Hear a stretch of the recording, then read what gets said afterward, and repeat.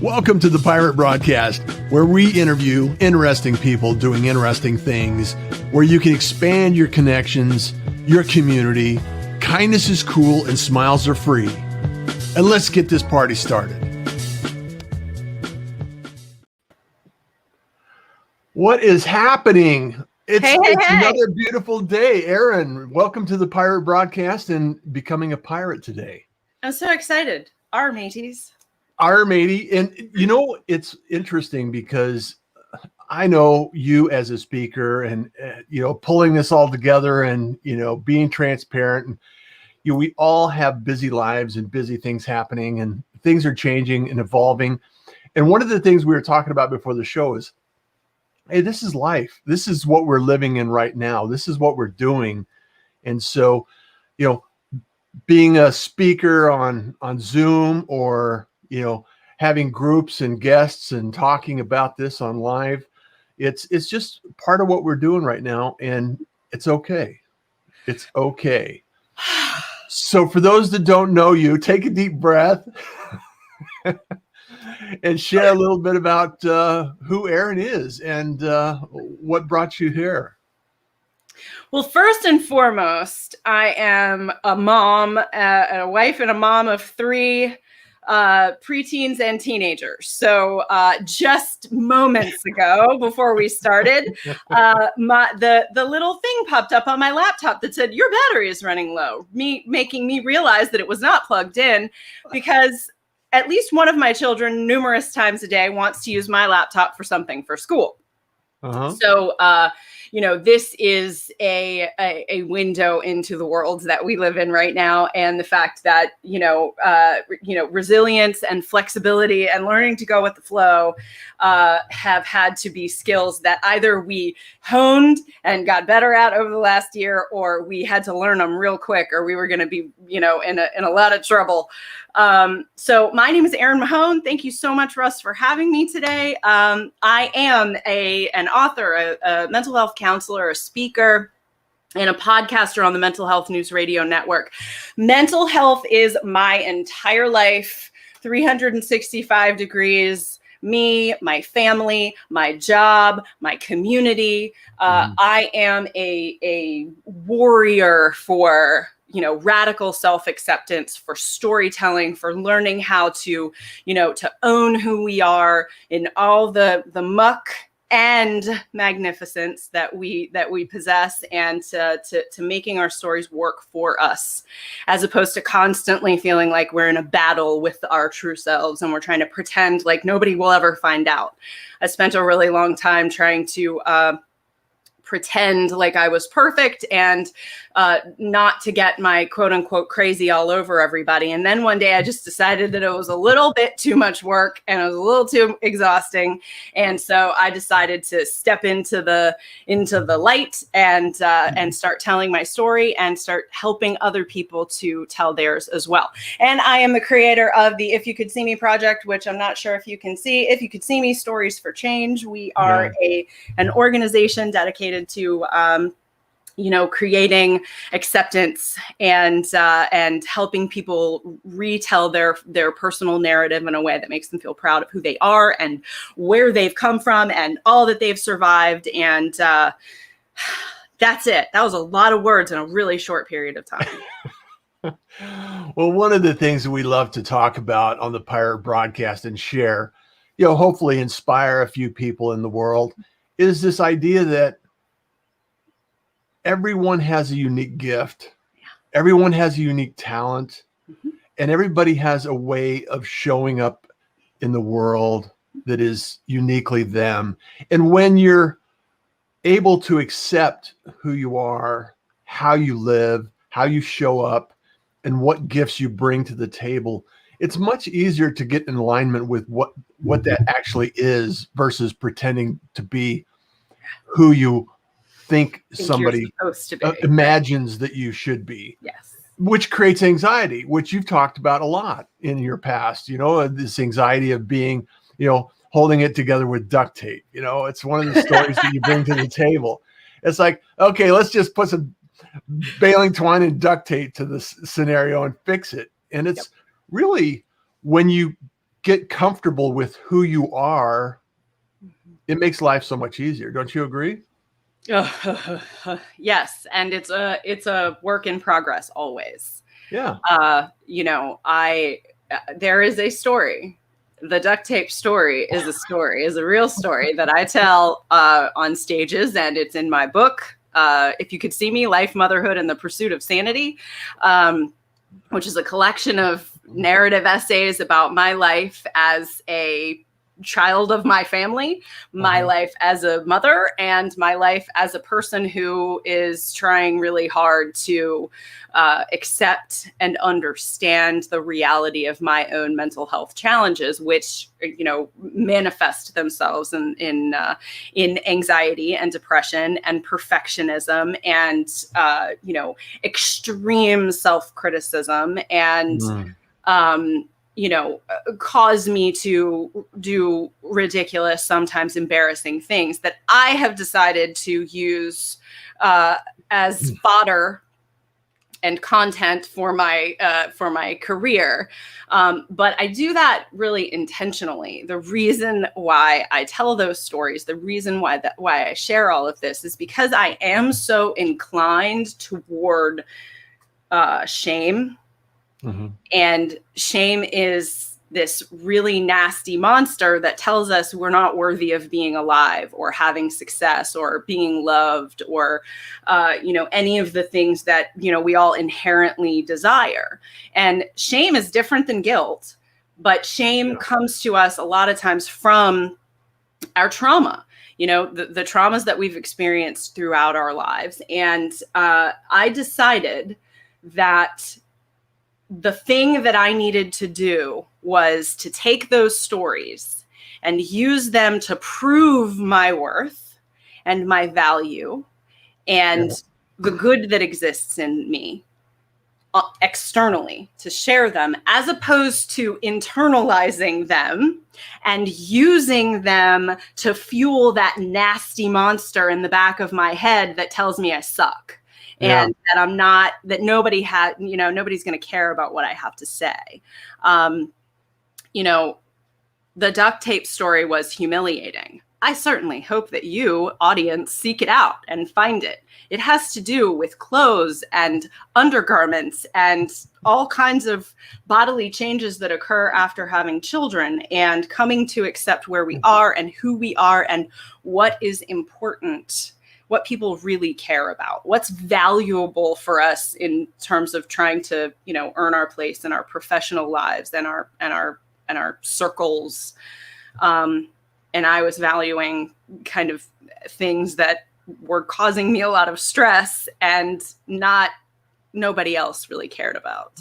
Yeah. I got an awesome story out of it. Well, and I think those examples, those kind of examples, and the reason I brought it up is because I think it's important for us to understand that so many times people imagine they have to be a certain way.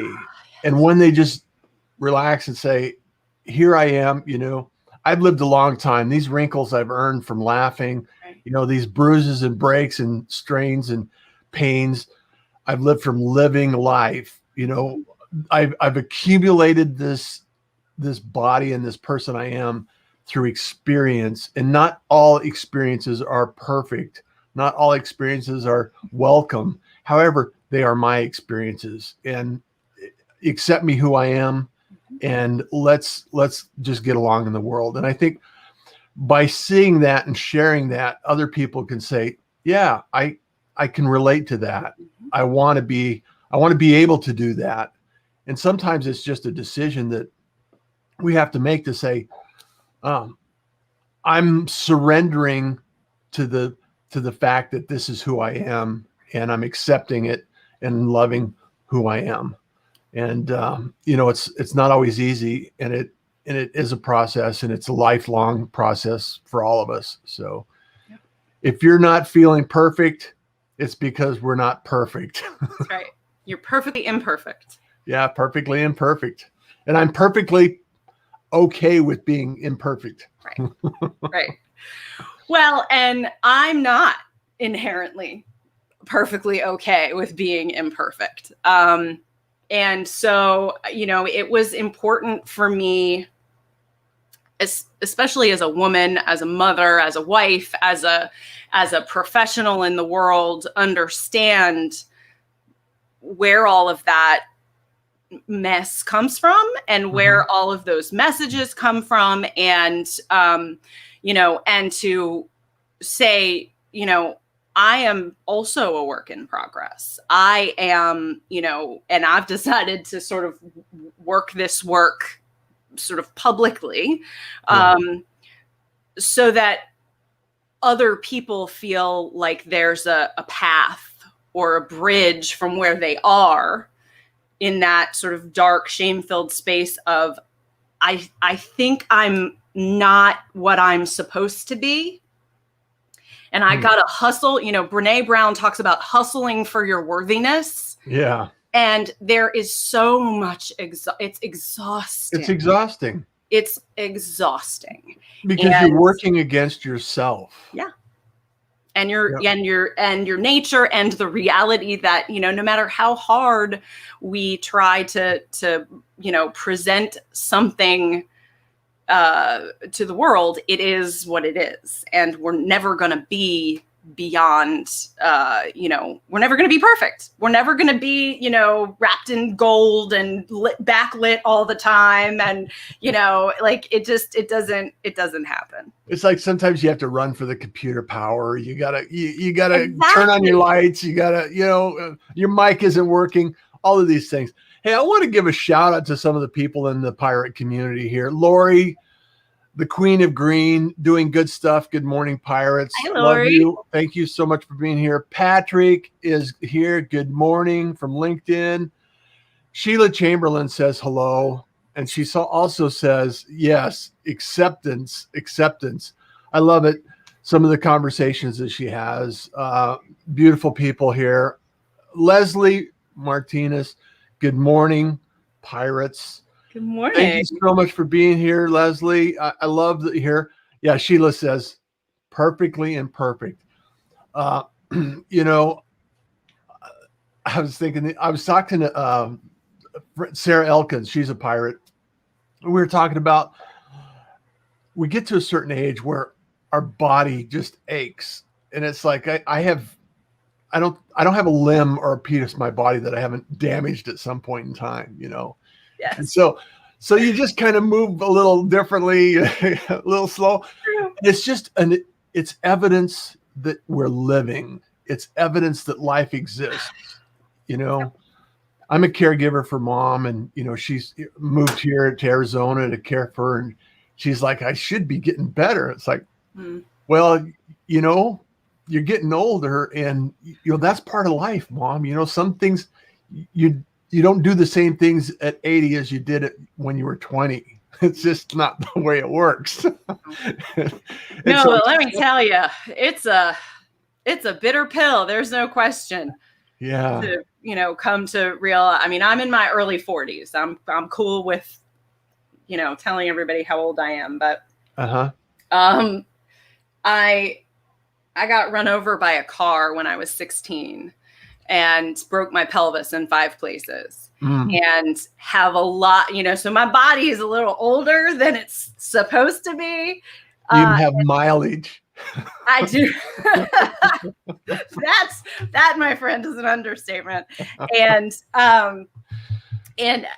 as a result of that, especially the last year being, a little bit more sedentary than I think we're all used to. And, it's some mornings I'm waking up and I'm like, oh, whose body is this?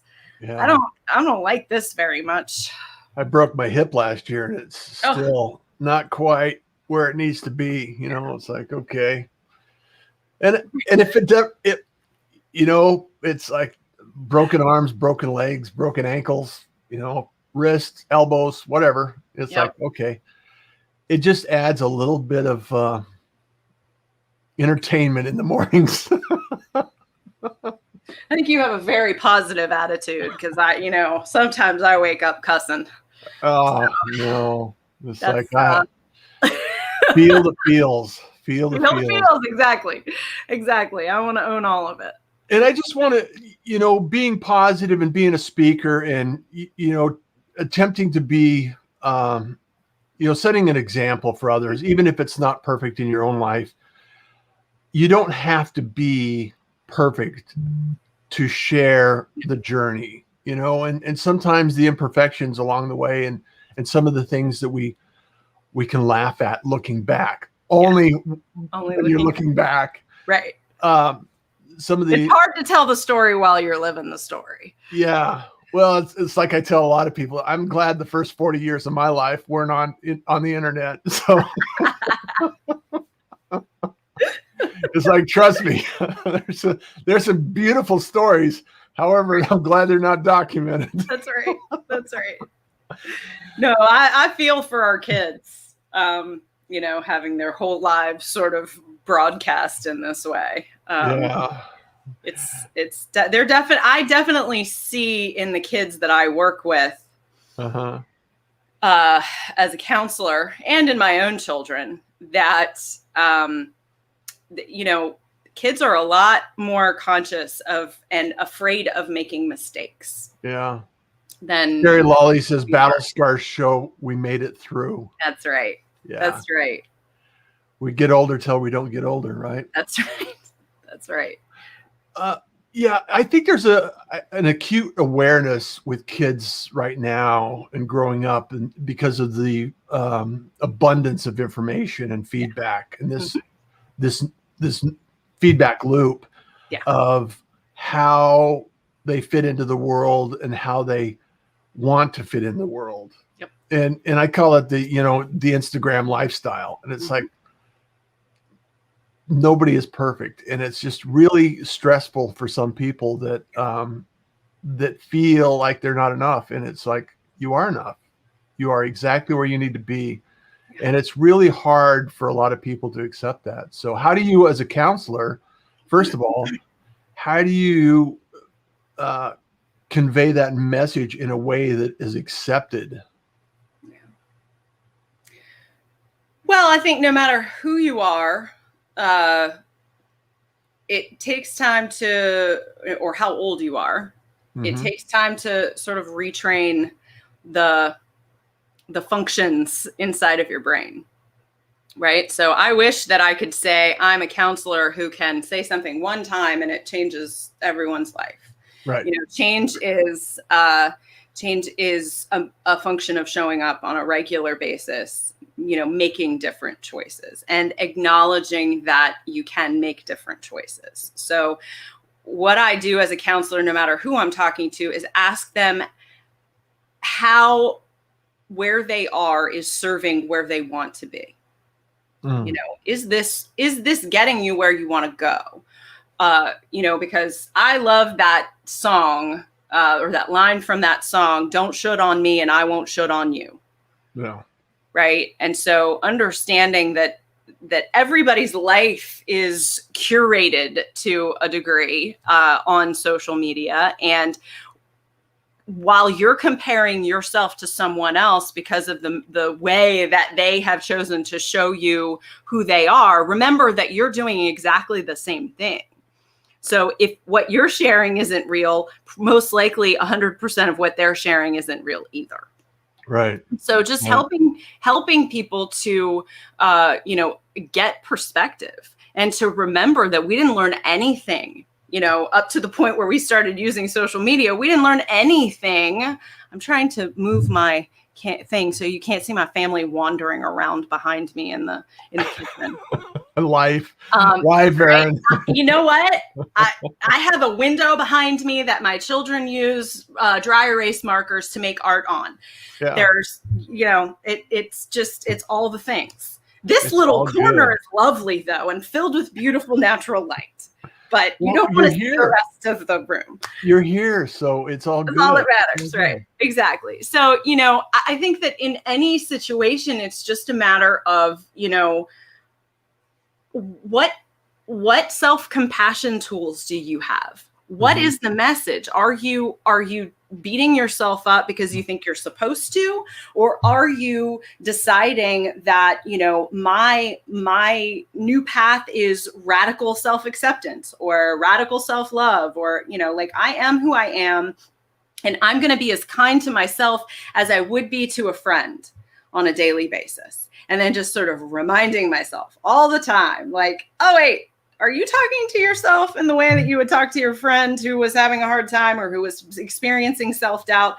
Like, it's all really simple stuff that we just have to constantly remember to implement over and over again and accept, especially if you have a really loud self-critic. I have a really loud self-critic, and it's a process.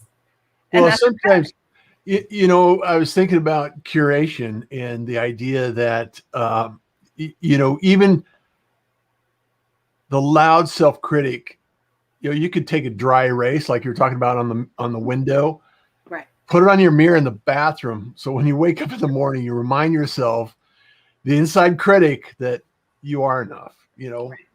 Write out whatever you want to put out there that reminds you that you're going to be okay. It's, it might be a struggle. It might be a challenge. Today might be difficult. Mm-hmm. And those difficulties are what, bring us together as an individual. Our accumulation of our experiences, who we become. Right. And if we're curating ourselves and we're looking in the mirror and saying, be the best you can be today, or be better than you were yesterday, or whatever it happens to be for you, mm-hmm. Sometimes it takes daily reminders to be okay. And depending upon the, the magnitude of how you experience those voices, there's a humanness. Mm-hmm. I love to create, make up words. Humanness is a spectrum. Okay. And so for some people, it's not as complicated or as difficult to, have those daily reminders and internalize those messages. Right. And for other people, it's really, really challenging. And the dark voice is very loud. And what I say is, it's okay to take the day off. It's okay to take a break. It's okay to take a nap. It's okay to, to ask for help. It's okay to say, hey, I can't be this today. Today, I can't be positive. Mm-hmm. I need a nap. I need a rest. I need to retreat so that I can show up again tomorrow. Yeah. And I think that sometimes we engage in this sort of toxic positivity that says, you can do it. You can do it. You can do it. But and sometimes you need to take a day off. That's right. Your can do it doesn't mean that, I used to think that I had to like white knuckle my way through every day. And even in a healthy place, I have panic attacks on a regular basis. Right. So I had to learn how to make it okay for myself to do for myself what I needed. Not just what I was supposed to do or what was socially acceptable, but what do I need? Yeah. And then how do I care for myself by learning to advocate for myself in the world? How do I set those appropriate boundaries? How do I say no when I want to say no so that I can say yes when I want to say yes? And you have the energy to say yes. Exactly. Bingo. We just said it exactly the same time. Yeah. So I want to say that there's a lot of people that, Michael Baker says, this authenticity matters. It's part of who you are, sharing what you have been through to get through what you had to. Mm-hmm. And sometimes, like you said, there's not always times where you want to, but you have to. Nick says, morning pirates from Canada up north. Stay warm and dry. Nick, thank you so much. Russ in from Oregon. Thank you so much.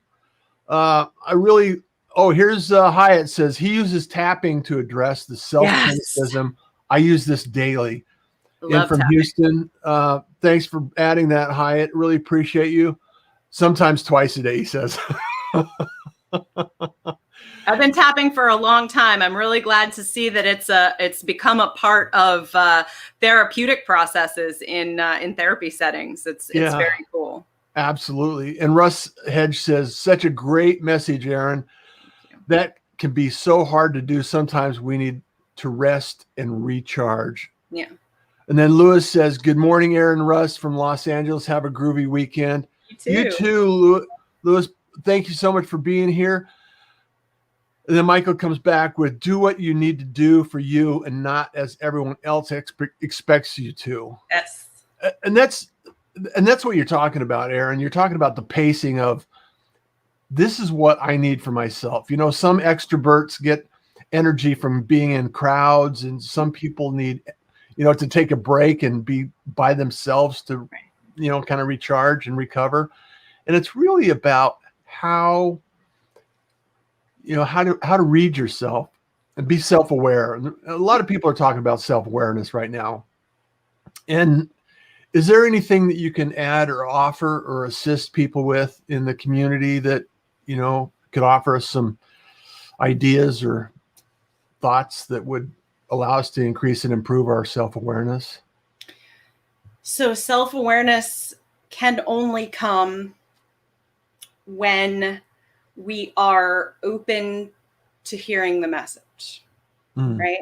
Like if you're constantly running, constantly pushing, constantly, you know, immersed in the noise of the external world, it is very difficult to be able to hear your own inner voice. It is and the real inner voice, not the self-critic. Like when you're able to get quiet, whether it is through tapping or through meditation or just through sitting and listening to music that you love and, you know, sitting outside in nature, drinking a cup of coffee or tea or whatever it is, you know, where are those spaces where you are in peace alone or at peace alone with yourself? You know, and right now, if you are in a house with a whole bunch of other people, children are schooling, you know, partners are trying to juggle working and managing all the needs, it can be really difficult. We have been through a traumatic year in terms of, you know, the pandemic, in terms of, you know, the political climate, in terms of social justice issues. All of these things create so much noise in our head. And it's important stuff. You know, I mean, it's not things that you can just go, well, I don't want to know. You know, we have to know some things, but we also have to take time to separate ourselves from those things so that we can gauge, where am I? And do I find myself getting short-tempered really quickly these days? Do I find myself having less patience for my children or my coworkers, or, you know, am I crying all the time? Am I spending, you know, 7-8 hours a day watching television or playing on my phone? Like those are tools. Those distraction tools are tools that we use to keep ourselves regulated to a certain degree. But at a point, it gets in the way of you understanding yourself, of you being able to figure out what it is that you're really feeling and experiencing. And sometimes you need help with this. Like, you know, sometimes you need a therapist.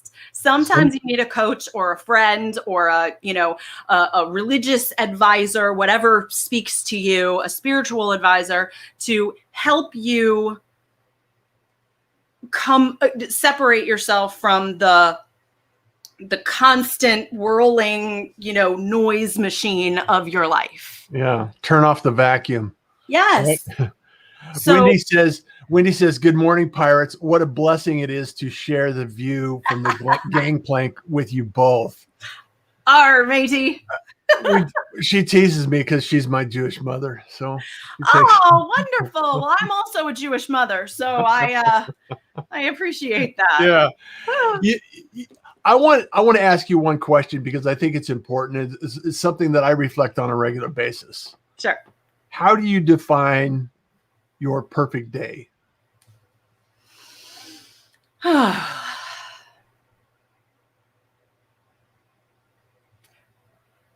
Well, I can illustrate to you what a perfect day looks like, or I can talk to you about the feelings that are associated with it.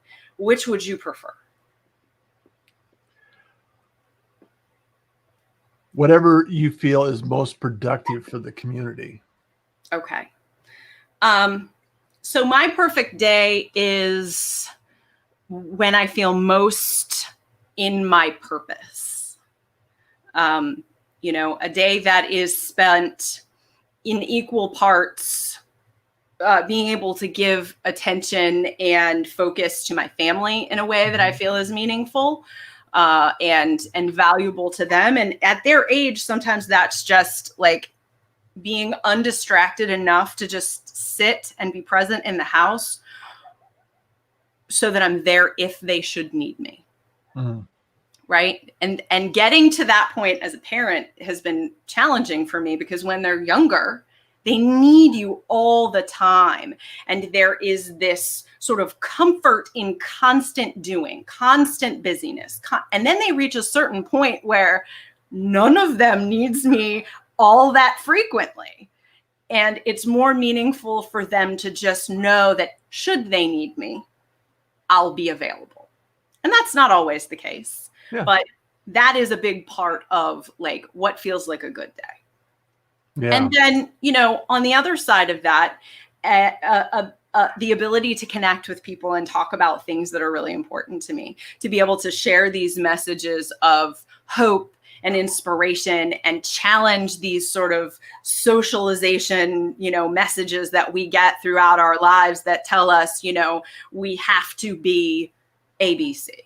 And just say, no, you don't have to be anything. You're not supposed to be anything. And then being in relationship with people who are actively or approaching actively being in, within those stages of change. And, whether that is in a coaching session or a therapeutic session or an in-home session with a family. And then tonight, I get to, top it all off with, performing and doing a show that allows me to bring forward these amazing storytellers that I've been working with now for a year, because we started right before the pandemic shut everything down and we had to kind of redo.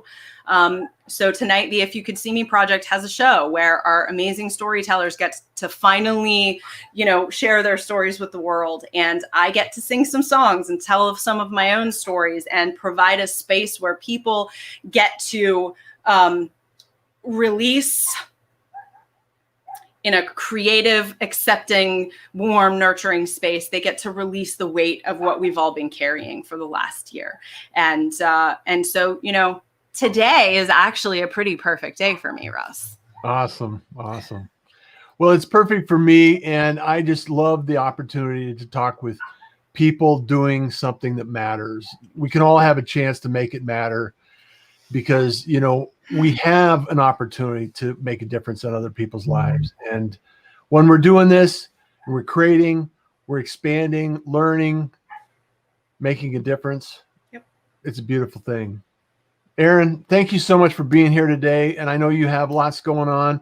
And thank you for sharing your event. Also, how do people get a hold of you and where can they connect and join another pirate in the community? Awesome. I love it. Thank you so much for having me. Thank you so much to all of your engaged guests. This has just been wonderful. Ifyoucouldseeme.com is my website. You can find tickets. You can find, ways to share your story. You can reach out for, other opportunities to work with me, to bring If You Could See Me to your community, all the things, or you can just email me directly at Erin@ifyoucouldseeme.com. You can find us on all the social media. If you Google the If You Could See Me project, lots of things will pop up, and that's where you can find me. Fantastic. Well, everyone, as you know, share this out because this information is valuable to someone. Somebody needs to hear this today. Somebody needs to hear this tomorrow. Somebody needs to hear this next week and next year. So help make an impact make a difference in somebody's life by sharing this information out. And, like and subscribe, all the social things that make it worthwhile for us to make an impact, because kindness is cool. Smiles are free, and you enjoy the day.